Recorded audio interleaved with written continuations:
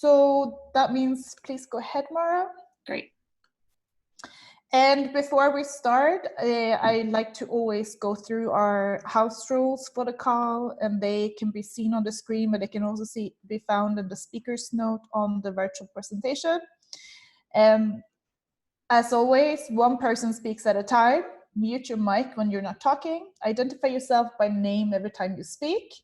Turn off videos, and this is very important if you have participants with unstable internet connection, and which can be quite the case now in COVID times, but also generally. Don't speak too fast. We don't have any live captioning, but if you do speak, try and slow it down a little bit so everyone can follow what you're saying, and that makes it more accessible for those who are not using English as their first language. And if you don't want to interrupt the speaker, you can add comments in the chat, and this can be for questions and for positive feedback.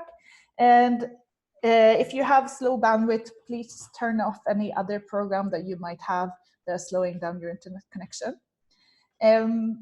Also for you to know, and I will put our emails in the chat box, so, and Mari, you can put yours. If you have any issues during the call today, please don't hesitate to email us, and we will try and respond. Your accessibility coordinator is Mara. If you have any issues with accessibility, please email Mara. So that's mara@wedo.org. I'm gonna turn off my WhatsApp. I see that that's popping up. Apologies. First of all, I'd like to set the agenda of this call. I'm very thankful that so many of you could join with such short notice. It's been a little bit overwhelming with the responses that we've had. We did not expect it to have 200 plus people registered to this event. Originally we wanted it to be a training that was a little bit smaller, and we had lots of interactive bits, but because it's so much bigger now, we just had to reshape it and make it more to a seminar. And then we're gonna take that on board until our next session and see if we can have a more smaller, maybe more calls that are smaller. But that's it for now. I invite you to go to slide 2 if you're using the interactive presentation. On slide 2, there is a link to Padlet. What is Padlet, you might ask? Yes, Padlet is a tool which is sort of like an interactive board. It looks like this. You add, so you click on the link on slide 2, and then you add a new, sorry. So there is a plus sign here usually, but it doesn't show up for me. And we'll see why that is not working. But you can add new content by clicking this plus sign here.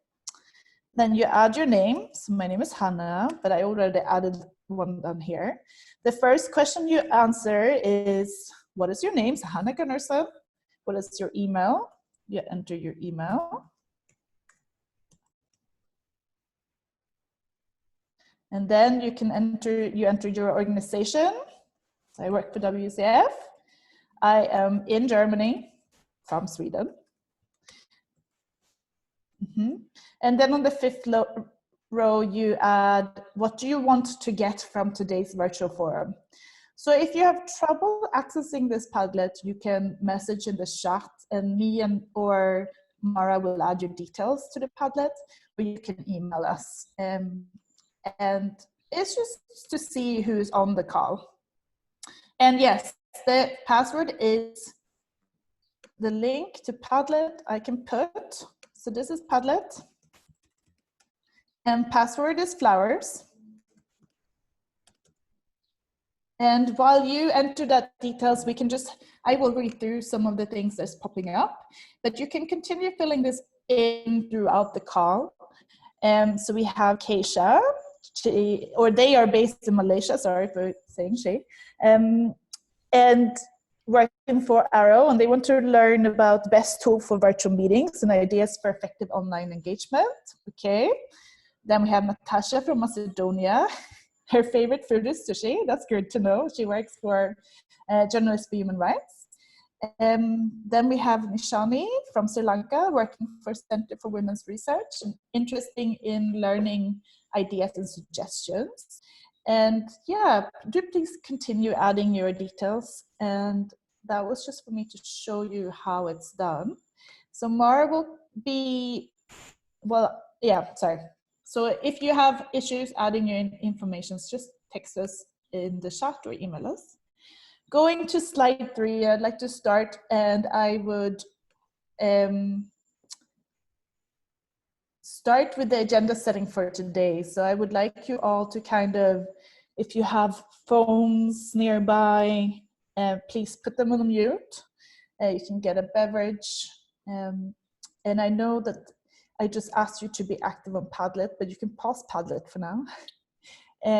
And get some note taking if you want, and then just try and center yourself in where you're sitting.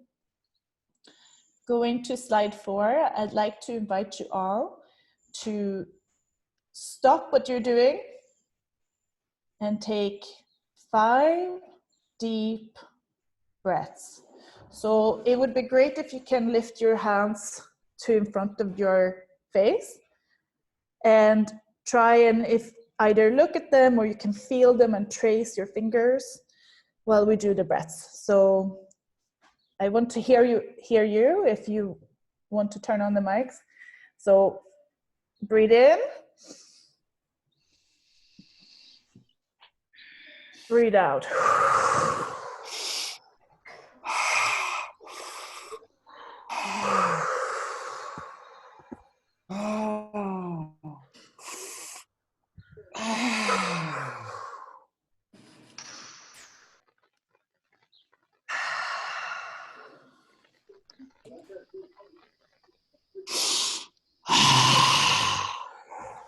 Great. Okay, so we've had some breathing. And now if you're not speaking, I invite you to turn off your mics again. Thank you so much for coming and meeting us here today and to finding time in this chaotic COVID new reality. I would like to invite Mara to take us on to slide number 5. I will recirculate the virtual presentation to you in the chat.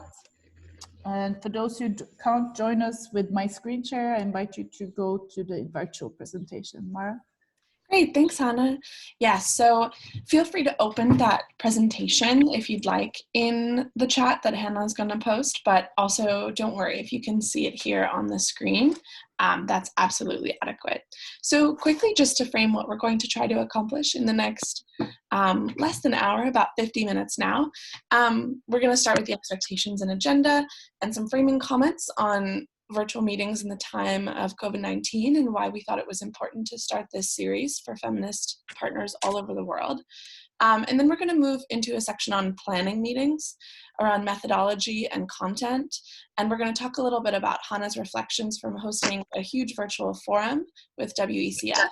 And we're going to talk about best practices around planning these meetings. So ideas around being present, increasing engagement from audience members or folks on the meeting, and having a checklist for facilitators ready to go. And then lastly, we're going to move into planning meetings and questions around accessibility. So thinking about best practices before, during, and after calls. And then we're going to get to hear from our guest speaker, which is the part of the call that I'm most excited about. So moving on, we're going to go to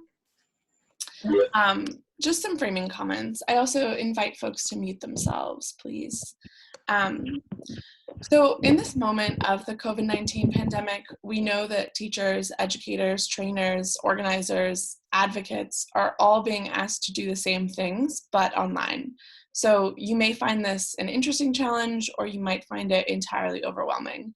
Maybe most of your work and connecting with colleagues and comrades was already online. Maybe none of it was, and now all of it is. We know that this moment demands finding innovative and more frequent ways of connecting and organizing in virtual ways. This call series intends to give some best practices and tips and tricks around some of our learnings, but it's also intending to be a space to share knowledge. Many folks have been organizing virtually in incredible ways for decades, particularly in the disability justice community, where we're bringing a lot of learnings and teachings from today in this call. And we need to continue to learn together while experimenting in new ways together in this time. So we know that in this moment, and with the move to make everything online, there's also the risk of entrenching inequality in access, in how and when folks are able to participate as their full selves online. So we can't do everything to mitigate these inequalities, but we can do a lot to make sure that all people, no matter their tech, can participate fully. And that's what we're going to start brainstorming around on this call. So with that, I'll pass it back over to Hanna to start with our reflections. Thank you so much, Mara. Okay, going to slide 7 for those of you who's on the virtual presentation. I will mute you, Mara, sorry. There's some background noise, sorry, Loredana, I will mute you. So yeah, we had a big virtual meeting about 2 weeks ago, and I collected some information, some lessons learned that I would like to talk to you about. And I in no way tend to frame this as this is the only way you do it, but this is just what I've learned during this big session. I think this is also a space, these seminars are a space for us to learn from each other. So if you have other tools, we would love to hear from you. And I don't think we have time today to open up for suggestions, but we will create a form afterwards where you can add suggestions we might have missed. But for us, it was important. So there was a regional forum on sustainable development hosted by the UN in my region. So that's Europe and Central Asia and Eastern Europe. And we started, the civil society decided that we would have a virtual forum because we needed to create outputs and interventions that was going to be delivered during the virtual meeting by the UN. So we started by first checking in with the groups that we know would have barriers to accessing these kind of online meetings. So we reached out to a constituency that works on people with disabilities, so specifically with the European Disability Forum. So we will hear from our colleague Loredana later, well, not our colleague, but our dear friend Loredana. And then we also started thinking about we reached out to the older people's constituency, and we checked what are some tools that are easy to use that you like, and what kind of in-person support could we give you to make sure that the virtual forum is accessible for everyone. We also, and this is something that I realized we haven't done for this training session, this is all in English, but we also explored how we could have break that language barrier that we very often see in these international spaces. And this is something that we all kind of would learn, like would love to get feedback from people on this call. How have you solved this issue? But the way we solved it in our virtual forum was that when we had breakout groups, we asked people, for example, who spoke Russian to join one specific breakout group. And then we had a moderator who facilitated the discussion in Russian. So this is an easy way, if you have no money at all for translations, to kind of break that barriers on the online space. And that is actually something I need to add. This civil society forum had no funding. That space was completely voluntary or with the support of organizations. So we had to be very inventive in what kind of support we could give to ensure that the space was accessible with almost no means. We also wanted it to be internet accessible because bandwidth is an issue now, but also in our region, not everyone has the same access to bandwidth. So that's why on this call as well, that we always say that please turn off your videos, because that makes it inaccessible for a lot of people. And then step 2 was to decide on what kind of format you wanted for the virtual meeting. We wanted it to be interactive, like an in-person meeting, where you sit and brainstorm to come up with what are the common positions by civil society in terms of sustainable development in our region. But it doesn't always have to be interactive. For example, now we have a very big group. It might be very difficult to have interactive sessions. So these are things you need to consider when you are planning your virtual forum. I would say don't try and cram too much into an agenda. When you are in a virtual space, it's difficult to manage to do as much as you would do in a personal space. I'm going to slide 8. So step 3 was to select and prepare moderators. What we did was we offered technical support for each of the sessions. This was a full day virtual forum. So I see a question in the chat. Sorry. How do you create different breakout rooms? We will talk about that in the next training session. So that's when we go deep into the technology. For now, we're just gonna tell you that it's an option and we will show you how it's done. But for next session, we invite you to come and join us next Thursday. Sorry, going back to presentation, we're on slide 8. We offered technical support to the moderators for when we went into the breakout rooms. We also offered technical support throughout to everyone who needed it on the side. So that's when we kept our phones on so we could constantly see if anyone tried to contact us. It's important to set your agenda to decide what is the framing of the call. This is important because if you want to have brainstorming, you need to know what you're brainstorming for and what it's going to be used. So whatever questions you decide to have in the breakout rooms needs to feed back to what is the purpose of your call. And then this is an optional, so step 5, you can have people selecting beforehand which breakout group they want to go on. So if you're talking about different feminist topics, say, you could have one that is on SRHR, one on climate, one on etc., etc. This is optional because it does require, like, it's a lot of time and you have to account for that. It takes about 10 minutes to break into groups. So in step 6, what we recognize is the personal is public. Like, it's so important to have these kind of personal interactions in the call, but also allowing for the fact that we all have a lot of extra care responsibilities at the moment. It might be about taking care of your children or elderly or a family member, like a friend. So these kind of care responsibilities needs to kind of be integrated into agenda by having proper breaks. What we had 1 hour lunch that was way too short. In the future, if you have a full day, I would always go for 2 hours. But then again, I would also not recommend you to have a full day virtual forum because it makes it inaccessible for people. And especially if you're having it across different time zones. I would instead advise you to have like half days because that's much easier to pen into your agenda now when you have all these things going on at the same time. But also, in the same way you would have energizers in an in-personal meeting, you do need some kind of energizers at an online space as well. And as you might have noticed, we had a little breather in the beginning, we have the Padlet. So these are types of energizers you could use. And then what we did was to have an agenda or a tone of the virtual forum that was very informal. Because we wanted it to be a brainstorming session, we thought that the formalities of normal UN spaces just hampers the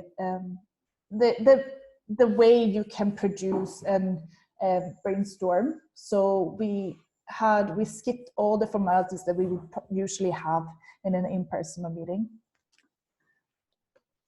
And there are several tools, and I invite you to join our next call when we will discuss tools. But for energizers, it can be to have the breathers, it can be to have polls going on, so you have Mentimeters and etc. And we will share with you a list of different interactive tools that you can use. If you have suggestions for interactive tools, we would love to hear that from you as well. And then in step 7, we send out a reminder to all the registered participants a day before. And I think this is always important to kind of, especially now when we're getting so many calls and so many invitations to calls all the time, it's important to send out and make it a calendar invite if you can, if it's not too many, so that people have it penned down in their calendars. And whatever, and this is step 8, so whatever tool you're using, it's good if you practice it beforehand, or that you select a tool that you already master. So these are some important things. And then during the forum, you have to listen to your participants, and always it's good to offer some way to help people throughout the call. And I think it's important to, if this is a new thing for you, just admit it. People have a lot of empathy, and they could understand if you're trying something new and it's not going to be completely perfect. And I think that's completely fine. Just address that, and people will show you quite a lot of empathy. And again, you have to just create space for human connection, because we're so sitting in front of our computer screens all day long. And if possible, it's always nice to turn on your cameras, but maybe you save that to the end of the call. So I think we will try that at the end of our call. And I'm going to slide 10, or Mara, would you like to say that? No, these are some of your last reflections. Oh, sorry. No, go ahead. So this is a summary of what I just said before. So the person is public. There is a link. You click on this, you get to a link that I can share with you in the chat box. It's basically just some more in-depth reflections on things you should think about. So the person is public. It's to do with the shores that we have. You have to always remember your participants of the house rules. The thing is with civil society is that we know these house rules already, but it was quite interesting when we had an intersectoral meeting. So we had member states joining, and they had no idea that you should turn off your video when you're not speaking. So we got to see a lot of butts. We got to see people drinking tea, rolling their eyes. And these kind of things I've never experienced on a civil society call.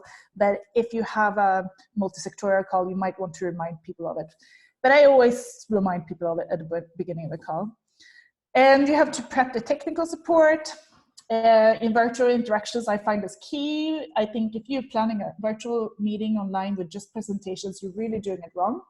I don't think they work, because we very easily get preoccupied with everything that's going on around us. And when you're sitting in front of a computer, it's just difficult to follow with your full attention to what's going on.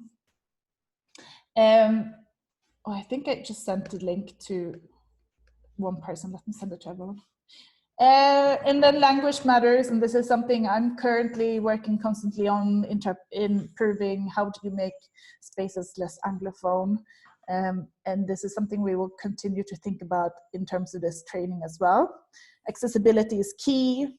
Keep it simple. Don't over cram your agenda, but also don't bring in loads of different new tools. Just try and the easier a forum is to access, the better output you will have.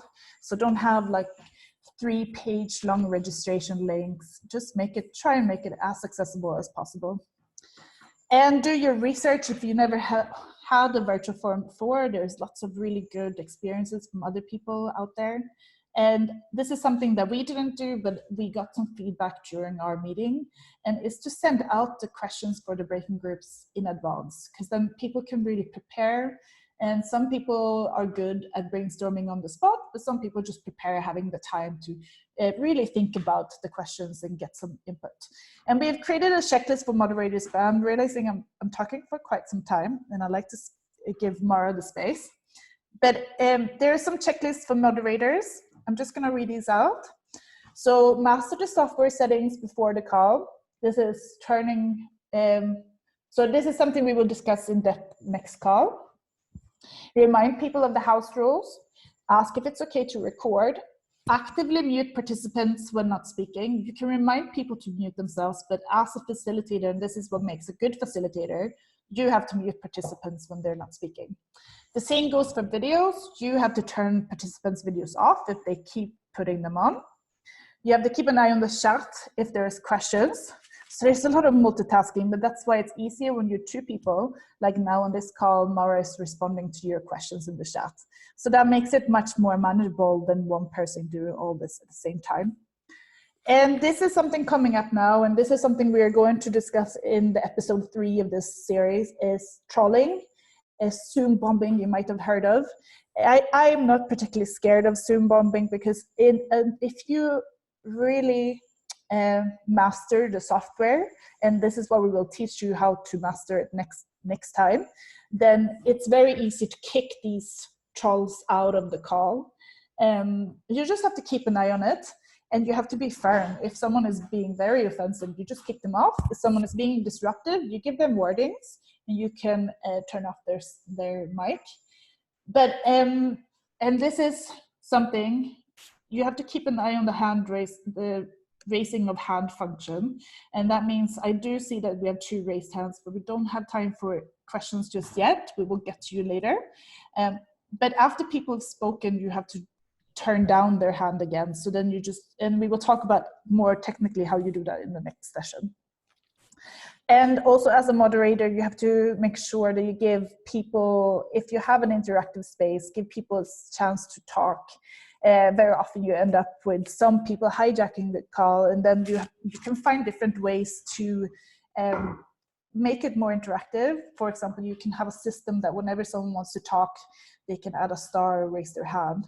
And as a moderator, it's for you to make sure that everyone in the room or everyone in the virtual room gets this chance to say what they want. And if someone hijacks the call, you are allowed to interrupt them and cut them short. And keep an eye on the time. I am running over, so I'm not leading by example. But if you're using a screen share, it could be good to keep your phone near you to check if people have emailed you with call issues, etc. So this is a checklist that I would invite you to go through after the session and just learn it by heart. And then interactive presentations. I will now, so now we're gonna show you how, sorry, I'm trying to get access to my chat, sorry. I'll just also jump in here and say there's been a few questions in the chat around how exactly to do breakout rooms. And I want to remind folks that we're actually going to be having a second call next week that's going to be much more focused on sort of the nitty-gritty tools and nuts and bolts of how this software and technology works. So we're going to be walking us through different platforms and how to operate specific tools on them, like breakout rooms. So we're going to experiment a little with breakout rooms so folks can experience them and see if they like them and see how they change how we relate to each other during these meetings. But we're going to do a little more work around exactly how to do sort of the nitty-gritty bolts of this next week. Yeah, so now Mara will break you into groups. You want to go to the next slide, Hanna? Yeah, sure. And while Mara is breaking you out into groups, we're on slide 13. We're gonna go around in the group, so you're gonna end up in a space that's very different from this call space, but you will still be on the same call, and you'll be thrown into these groups. And then I want you all to turn on your mics in this group of 10 people, and you go around the team, and maybe someone can take on the moderator role, and you answer, what is your name? What country are you from and where do you live? What's your organization? And then on the fourth question, you answer, what is your favorite food? It's a little bit of curiosa. So there's 4 questions that you will answer in these breakup sessions. And after you've been in the breakout session for about 5 to 10 minutes, we will bring you all back to this big call. Great. So I'm going to break us into our rooms now so that folks have more chance to interact with each other. You should see an invitation pop up on your Zoom screen asking you to join this breakout room. So just click yes as soon as you get it. Thank you, Mara.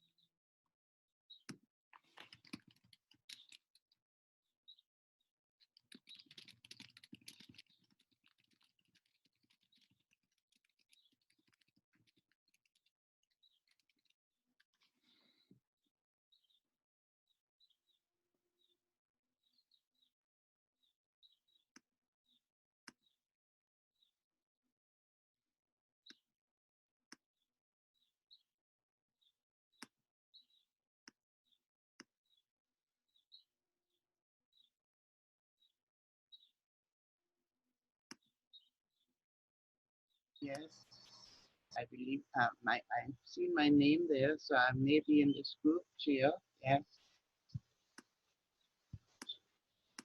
Hi, Gia. Did you receive an invitation to join a breakout room?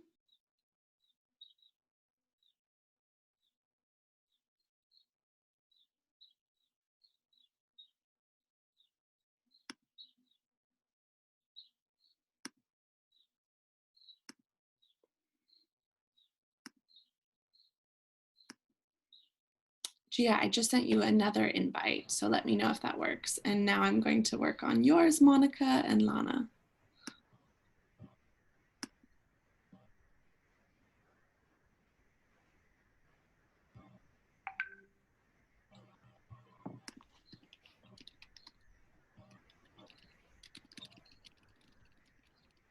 I'm seeing Monica and Lana, but I'm not seeing Gia.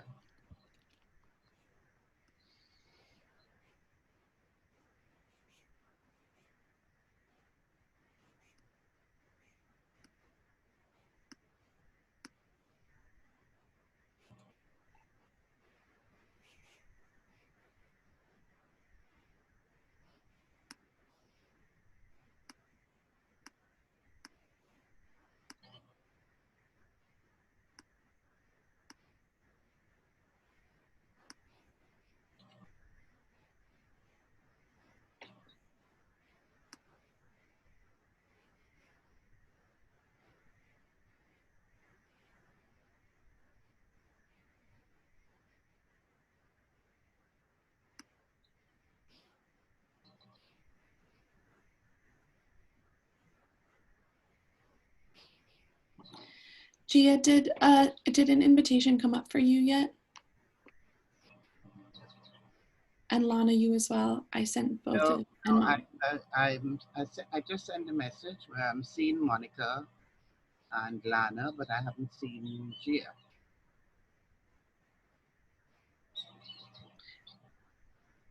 So there should be, regardless of the names on the screen, there should be a pop-up on your screen that says you have been invited to join a breakout room, accept, and you did not get that? Nope, I did not.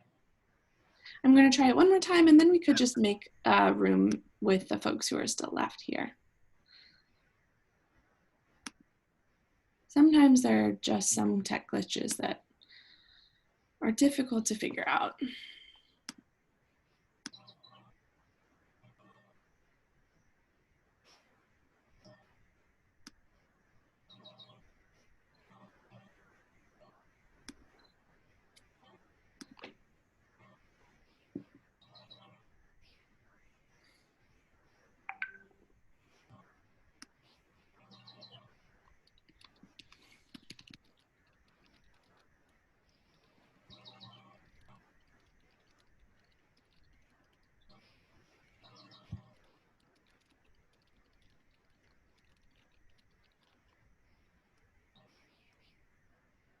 Okay, so it seems like there might be just some tech glitches around how our connections to each other are working, which is totally fine. This always happens on Zoom, but that's okay because we can just make another group out of the folks who are here because there's enough of us and we'll be smaller and cozier. So I'll start because you all already know my name. I'm Mara. I'm with the Women's Environment and Development Organization, and I live in Rhode Island, which is on the east coast of the US. And my favorite food, I would have to say, is maybe Irish soda bread, which is a kind of bread from Ireland, which is where my family is from. So maybe I'll pass to you, Gia. Okay, my name is Gia Gaspard Taylor. I'm from Trinidad and Tobago in the Caribbean. I can't remember what's the other one. My favorite food. Oh, we have so many national dishes here in Trinidad and Tobago. So I would say my favorite one is roti, which is brought in by India, our Indian people. Great, thank you, Gia. Can I pass to Lana? Hello, hi, I'm Lana. I'm from Berlin in Germany. I work as a policy sorry, as an advocacy officer at a German-based NGO called Deutsche Stiftung Weltbevölkerung. And I don't have a favorite food because I love eating and I can't make up my mind. I definitely can relate. Thanks, Lana. Can I pass it to Monica? Hello, everyone. I am Monica Jasis from Mexico. I am in the Mexico meeting. Okay. See you at the main meeting then. See you at the main meeting.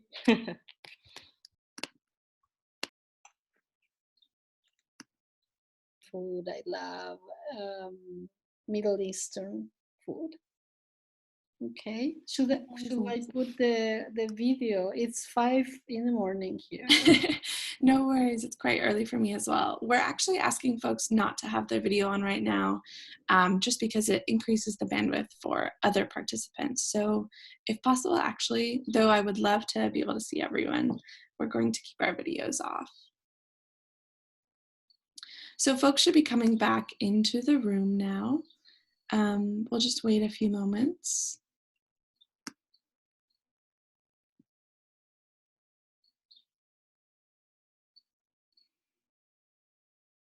Welcome back, everyone.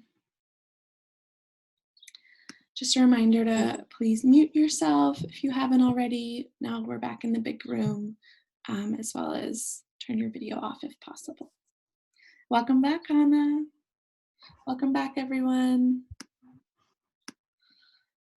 I'm imagining that we all were in small rooms and now we're coming back into our large room and we're all greeting each other. Welcome. Okay, shall we get back into it? I think we have maybe almost everyone back.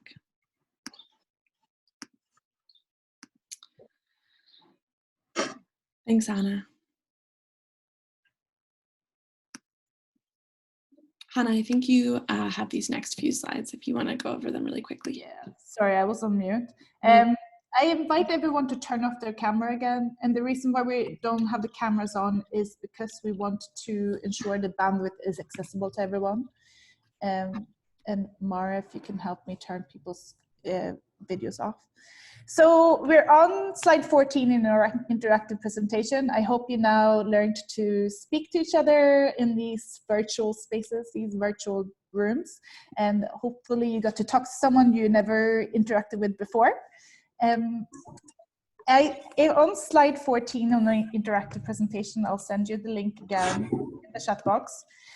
We have shown you an example of what you could do when you're in a virtual space. So you can have an agenda setting that has questions, that is not just introductions, but for example, if you're doing brainstorming in your group, you can select someone who takes notes. And this can be done through Google Docs or whatever. But the way we found it interesting is to kind of have it all in one slide. So on slide 15, you have an example from the forum that I hosted 2 weeks ago. This is a mess, but it's a beautiful mess because as a moderator, I can see that people are active. So the English group 1 was super active. Sorry. I could see that the Russian group, they had lots of content coming out, and the English group 3 was maybe struggling a little bit. So I could see on this that one of the groups was having some issues. So then I went into, as a moderator, I went into English group 3 and I checked in with them. Had they understood the question? Did they have any technical issues they needed support with? So by having it all in one space like this, you can, as a moderator, you could very easily keep track on how the breakout groups were going and if people were starting to feel ready, because it's difficult to know exactly when everyone is ready. So this is a very useful tip for you if you're planning to have an online brainstorming session and you want to keep track of everyone at the same time. And with Google Docs, you might not be able to do that. Whereas in other groups, you can keep an eye on each other as well to see if people, what other people have said, and you can get ideas. What I would recommend you when you brief moderators is that you pick a moderator for each group that you brief in advance, that they will need to fill in these post-it notes. The discussions should be in these breakout groups, but it's good if you can allocate someone who takes the notes. So maybe you choose someone who is, within the group, you would choose someone who would feel comfortable doing this. Again, sorry, stopping the video. And then let's go to slide 16. So please go ahead, Mara.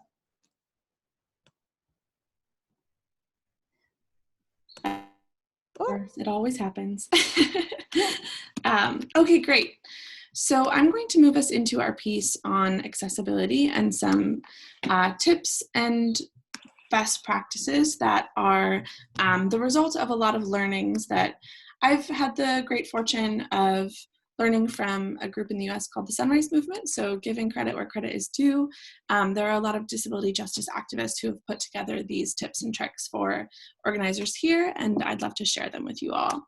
So some best practices for before calls. Do you mind hitting the next slide, Hanna? Yes. Thank you. Some best practices before the call, and I hope you recognize some of them from things that we tried to do before the call today, but we're always growing and getting better at them. Try to make someone an accessibility coordinator. So hopefully you all saw that this was communicated to you in the email sent out before. I, Mara, was the accessibility coordinator. And this person serves as the point person for all accessibility needs of folks who are on the call. So that person is responsible for corresponding with folks who might email them or call them. They also are responsible for checking the form that was sent out asking if folks had ways that this meeting could be more accessible for them.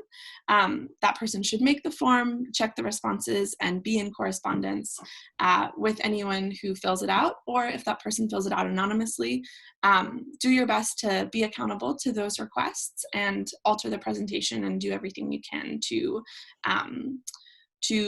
make the presentation accessible for that person so that they can join and participate as their full selves. And part of that is just this larger piece of ensuring you communicate with participants ahead of time. A lot of this has to do with letting folks know what the call will be like, sending out materials before the call.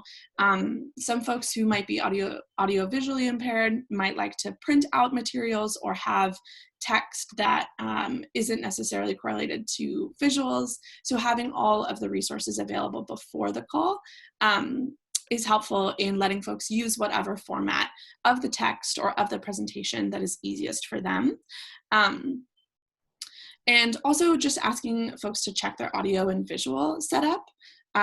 This is something that happens on almost every call, but just cutting down on some of those first few minute troubles of folks not sure how to turn on their mics, turn off their mics, making sure that their microphone is working, etc. So just giving folks a heads up beforehand to do that, and maybe a little tutorial if possible.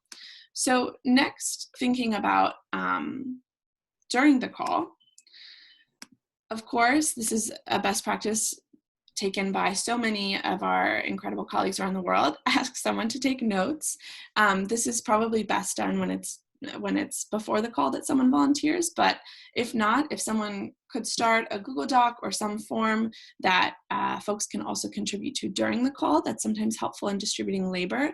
And make sure at the beginning of the call, so right when you start it, I prefer to do it even before the agenda, include accessibility information. So if you have closed captioning, walk folks through how to use that.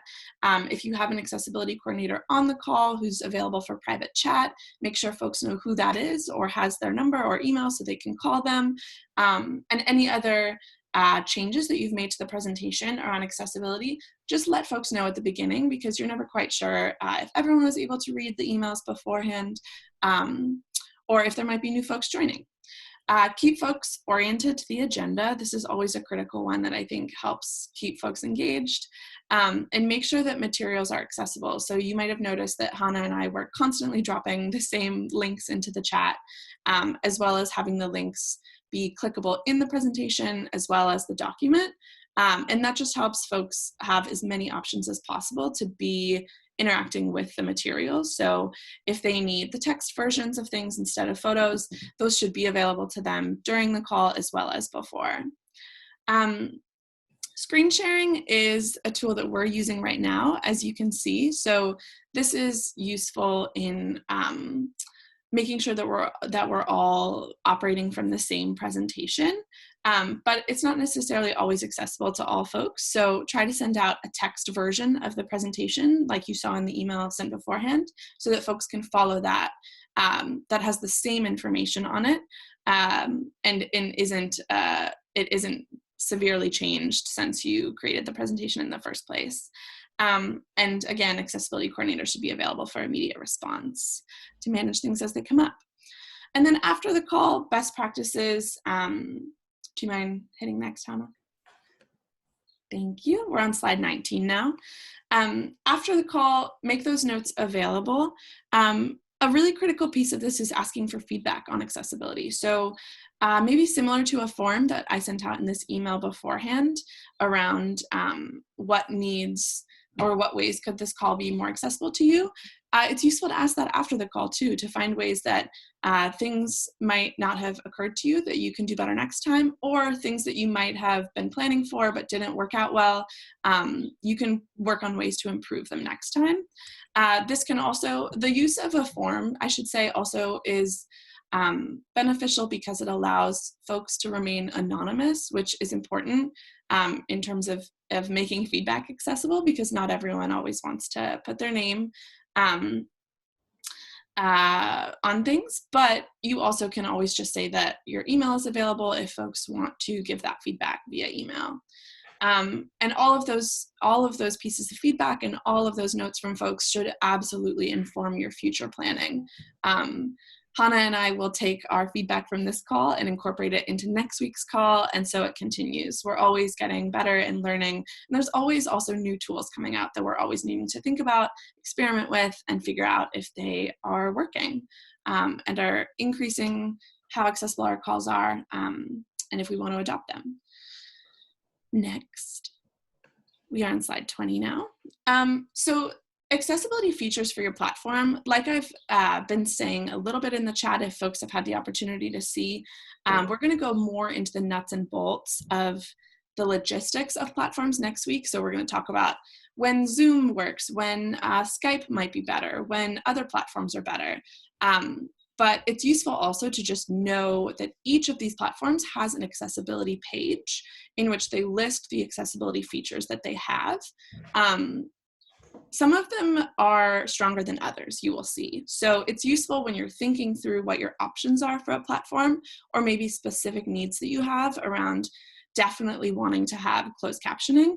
You can see on each of these platforms whether or not they will meet your needs. So again, you have this presentation, all of these platforms pages are linked, and you can check those out later. And this is not necessarily a complete list, but it's a good start. Now we're going to go to slide 21. Great. And so for translation and captioning, I also just want to note that this could be like a whole call in and of itself. And we're hopefully going to talk a little bit more about it next week, but it seems really critical to talk a little more in depth on in this call on accessibility. So there are a variety of services around captioning and automatic captioning. As Hanna spoke to earlier, they tend to be quite expensive. So we're going to walk you through some of the video conference software and captioner availability options that might be possibilities for you in the future. But it's also really important to be upfront about the fact that they're often not perfect. They're really expensive, which we know for women's organizations around the world that are severely under-resourced. Sometimes they're just completely inaccessible to use at all. And sometimes they are just actually not high quality and do a pretty bad job of captioning efficiently and letting folks actually know what is being said. So there are some definite advantages to some of the platforms that exist, and we're going to walk you through those next week. But this is a critical piece of accessibility that we need to be thinking about, and also want to be upfront about not having all of the answers, because it's still a really expensive software.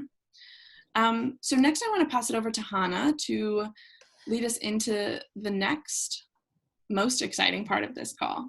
Yeah, welcome. So I'm seeing that we have some issues with connecting. I think at this point of the call, I'm sorry, we're trying to get you on board. But yeah, thank you for those who alerted me that we have some people who were kicked out of the call. Anyway, it's with my great pleasure that I would like to introduce to you Loredana. Loredana Dicsi is working for the European Disability Forum, and I will unmute you. Yeah, perfect. And we also have another speaker, Marianne Uldry, who's also from the European Disability Forum. And they are here to answer your questions about accessibility and to listen to their experiences of mobilizing online and what works for them and what doesn't work for them, and also to add if there's anything we have missed so far. So yeah, welcome Loredana. Thank you so much for joining us. Hi to everyone. I won't say good morning, good afternoon, because I'm from our breakout session I could see, and also from all the chats that are coming in, that we are from all over the world, which is fantastic, really. It's with great pleasure that I'm here together with my colleague. She will introduce herself afterwards. I'm going to share a little bit of our experience. In fact, I have to be honest, most important of our experience is in webinars, because having such important, really interactive meetings, we are starting. We will have a first more important meeting of our board of administrators, which are more, about 50 people. So that will be next week. But we had some, we have quite a lot of experience in making webinars. So we have started a little bit 1.5 years ago. And it is very important, like for each meeting, to have the possibility to have everyone on board. And yeah, I'm coming from disabled people organization. We have people with different needs, and myself, I'm a screen reader user. So when I was very happy that you are using the Zoom, because it's from what I could experience, one of the most accessible platform. But let me just go quickly, because you heard almost everything in terms of what you need. For sure, it is important to know if you have people who have certain need for a certain reasonable accommodation, accessibility needs. And you have heard, for example, captioning. This is very important. I know it's not always given for everyone, but believe me, it is so useful, not only for people with hard of hearing, but also for those whom English is not your native language. And also, if you want to have notes afterwards, you really have a transcript which gives you a lot of details. I can share afterwards with Hanna what we are using as providers, and that one seems to me quite reasonable for a meeting of 1 or 2 hours meeting, and it's much more reasonable than what we are using for live meetings. What was not maybe mentioned is when you have people using sign language. We have an interpreter who is signing from her place, and you can see the screen of the interpreter signing. And this allows people who are using sign language. We use most of the time international sign language, because most people who are joining our meetings, they know international sign language. But you have in each country their own sign language, so it depends on the need. You don't need to put all the feature. You can put only those ones you need. If you can include all of them, of course, this is the most ideal. Offer alternatives. For example, now I couldn't interact with the shared screen because I have a screen reader that doesn't read the screen, because the screen reader reads what the codes at the back of my screen, so I can't read someone else's screen. But this was very useful that I had in the chat box the link, and I could go and view the presentation in another window without any problem, and could follow in the same time what you are speaking about. And this is very important, to listen to people, to have users with those needs that are giving feedback. And also very important is after the meeting to have the evaluation, of course, which is accessible, and the possibility to input. And before the meeting to have also an accessible registration form. And I think, yeah, this is what we are using most of the time. Now I want to say that we have been using until now GoToWebinar for our webinars, and we are moving now to Zoom. So it's still a little bit, yeah, looking why moving from that one, because I am also often organizer of meetings, and GoToMeeting is and GoToWebinar very accessible for for attendees, participants. But unfortunately, for organizer, the software is not at all accessible. So this is also one of the reasons, and of course, the more user-friendly interface also for all participants. Loredana? I will not stay longer. If you have questions, just don't hesitate, because I know we are short of time. Thank you. Yes, I was actually going to raise a couple of questions that's popped up in the chat box. So I have a question from Evelyn here. How do you manage persons with disabilities, especially hearing disability?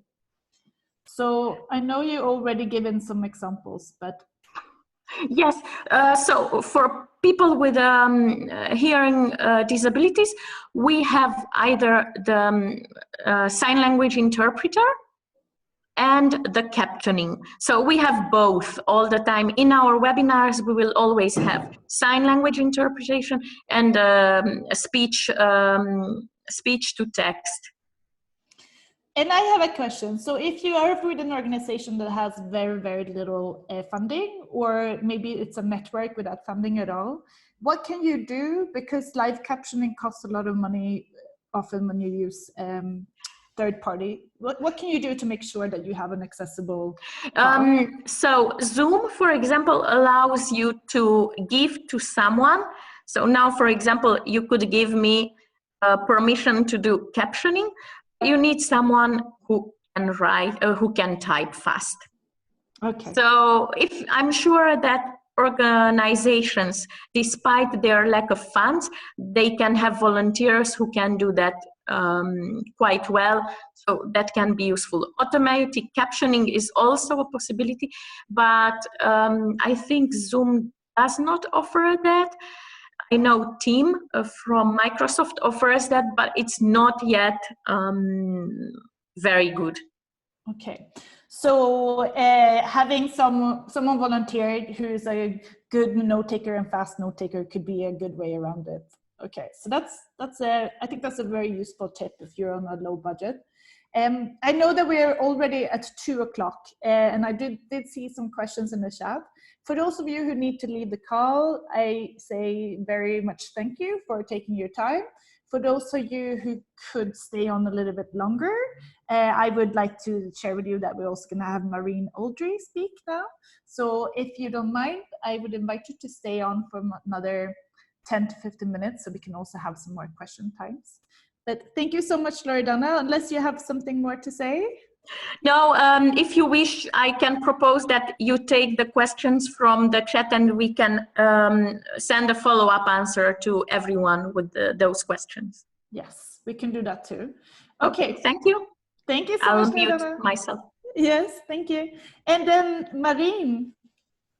Hi, everybody. Thank you very much, Hanna. So as you mentioned, I also work for the European Disability Forum, and I coordinate our work on women and girls with disability. And actually, we're planning our first online meeting of the committee in a few weeks. So I think it's really timely, and we discuss also with Loredana, who's really expert on how to make meeting accessible, all the issue that we should tackle. And something that we do, and I know that might be really difficult for organizations who have little funding, but every year we actually allocate specific budgets to fulfill accessibility requirements. So even if there is no request for sign language interpretation, for instance, we still keep some money aside just to make sure that if someone registers and need interpretation, that can be provided.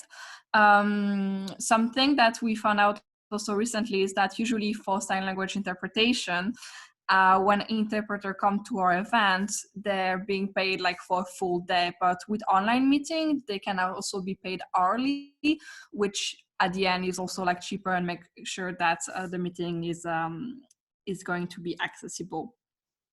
So for our online meeting, we also ask questions in the registration form on accessibility requirements. And we always also follow up directly with the person, because of, for instance, a person who's deaf or with hard of hearing or deaf-blind math, different requirements. So some are more comfortable, as Loredana said, with international sign language interpretation, but actually one of our members is a deaf-blind woman, and for her, she can use captioning. So that's really good for us to know. Also in terms of accessibility, so one of our members is a woman with intellectual disability, and so we really try to make all the information easy to understand. We send information prior to the meeting also on the agenda, and we explain in more detail what's going to be discussed, when member will be able to take the floor, and we also really try to encourage her to take the floor first to make sure that she can express her opinion, share ideas at the beginning of the conversation on each point that is being discussed. So that's something that, I mean, we know her because she's one of our members, but that could also be considered in bigger setting and virtual events. Of course, note taking is also really important. So we do take minutes, we do send information afterwards, but we think that also providing information before the meeting on what the different points will be discussed and the background information to empower everybody to take part of the discussion is also important. And something that was also mentioned is the break. And for us, breaks can also be actually accessibility requirements. So even if it's a meeting that's going to be 2 hours, we'll try to make sure there is like 10 or 15 minutes break in between, so every hour, so everybody can breathe and can focus on what is being discussed in the next part of the meeting. Of course, that is to be discussed with the people that will attend the meeting, but that's a feedback that we received in the past to make sure that there is enough time for break. And also something that is important for the sign language interpreter as well. So I think that's it from my side, but I'm happy to answer any question. I know that everybody is leaving, so we can also follow up afterwards, as Loredana mentioned before. We can do both. So we do still have 68 people on the call. If anyone has any questions, specifically to Loredana or Marine, I invite you to raise your hand, or you can speak now. And then if you have any other questions, I also invite you to raise them now, for those of you who have time to stay on. But first, let's start with questions. Do we have anyone? I think, thank you so much, Marine and Loredana. It's been very nice to have you on the call. And I think we can include a follow-up where we answer the questions in the chat later on, so I can send that to you and we share that together later. I think first, before I say thank you about next week. So next week we have episode 2 of these training sessions. It's the nuts and bolts that Mara was talking about.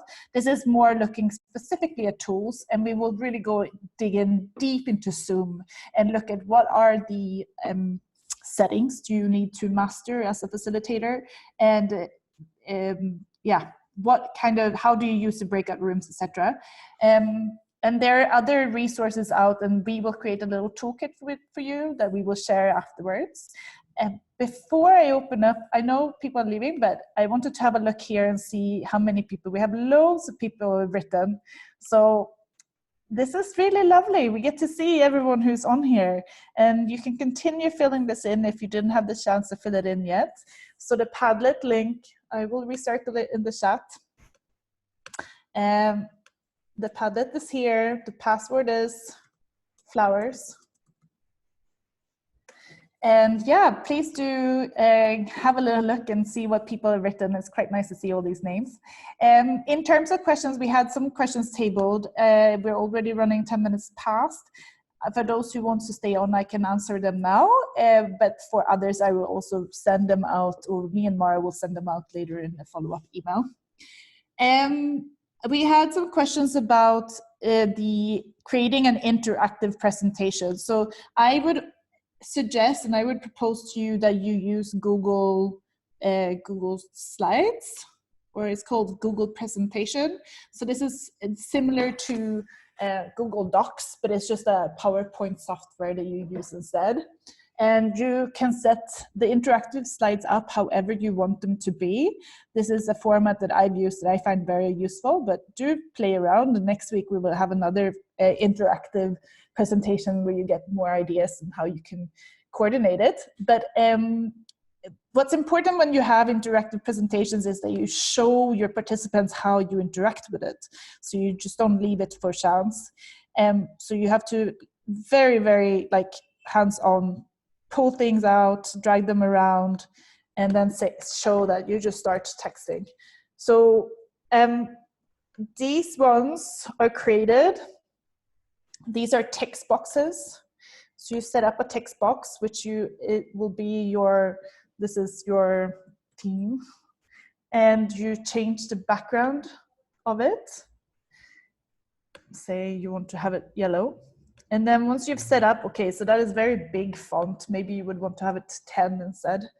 And then you just take this and you take Control-C and you copy it, and you just make sure you have 20 or more, depending on how many participants you will have. Just create a lot of copies of it, and then you drag them into the corner. And the next session will be specifically on Zoom, how to master Zoom, but also best practices for Google tools such as Google Docs and Google Spreadsheets and these kind of interactive softwares.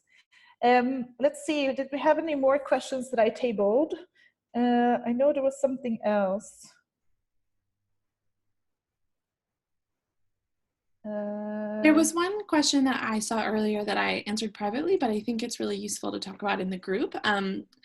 Someone was asking about how to think about meetings when many of the participants are calling in on the phone.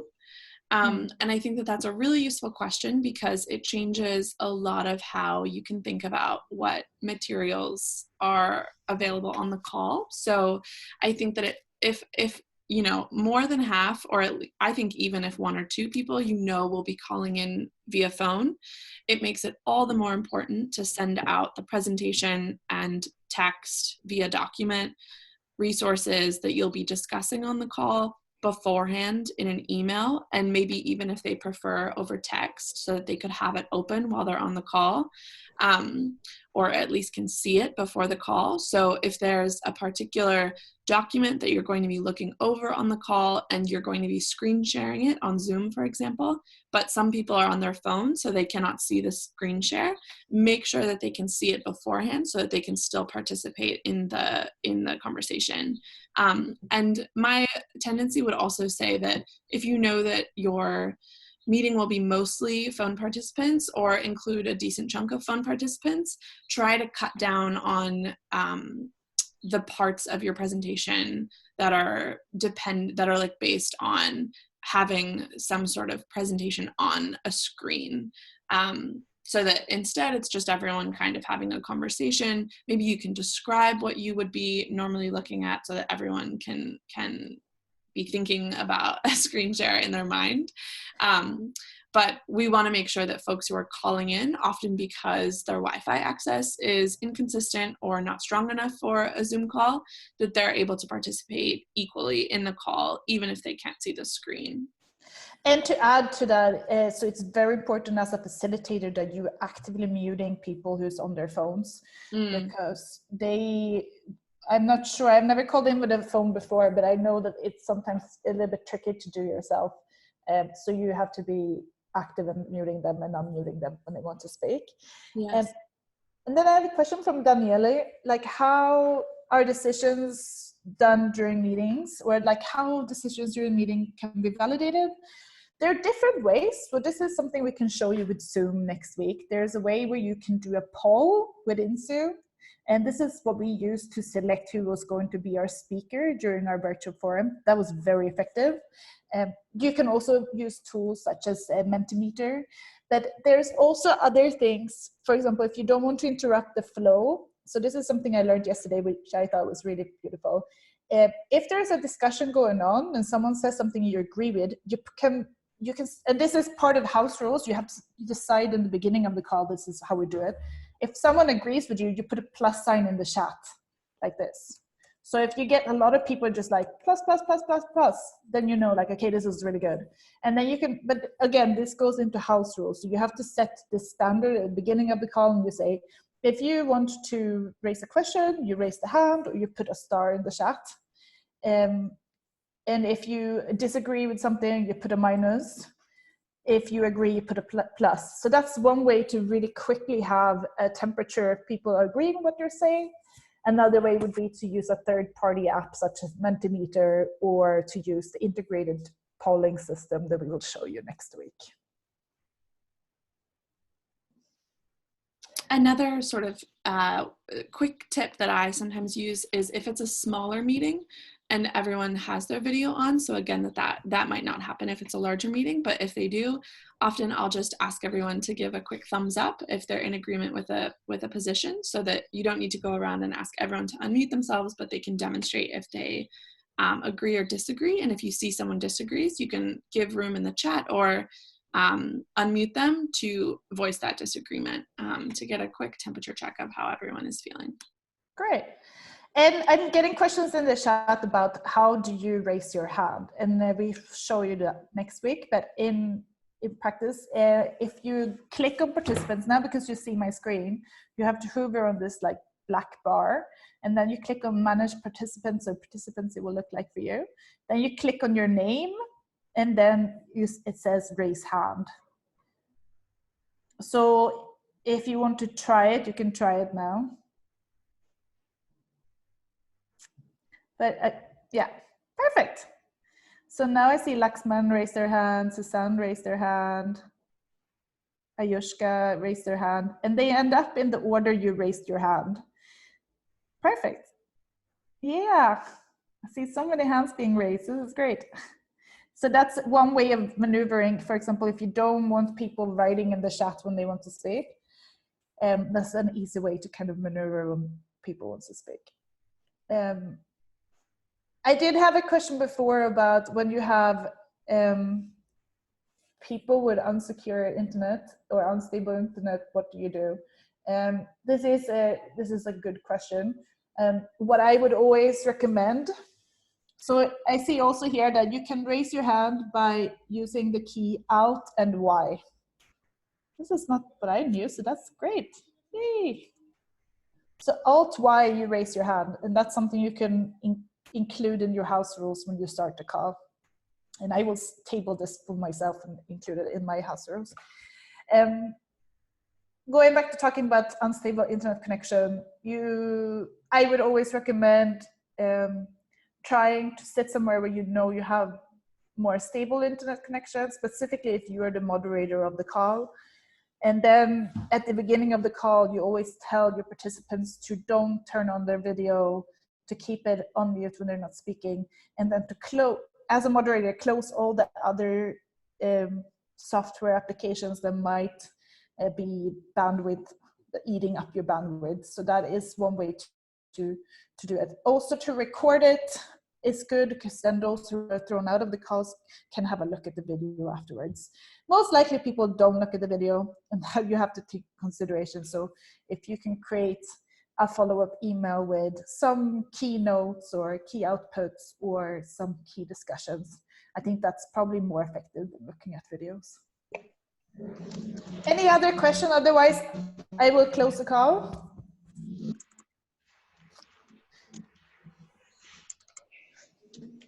Right? I see hands raised, but I don't know if you want to speak. Okay, perfect. Reminder, next call is next Thursday. We will send out the registration details tomorrow or today or sometime soon. We will also, at the end of these training sessions, send out a toolkit for you with all the things we have discussed. After this meeting, we will try and follow up with some of the questions that didn't get answered, and specifically the questions to Loredana and Marie. And yeah, thank you all for joining. I invite you all to turn on your camera and do a funny face. And just do like a little ciao, ciao, ciao. Everyone. Bye-bye. Thank you. Ciao. Bye. À bientôt. Bye bye. Au revoir.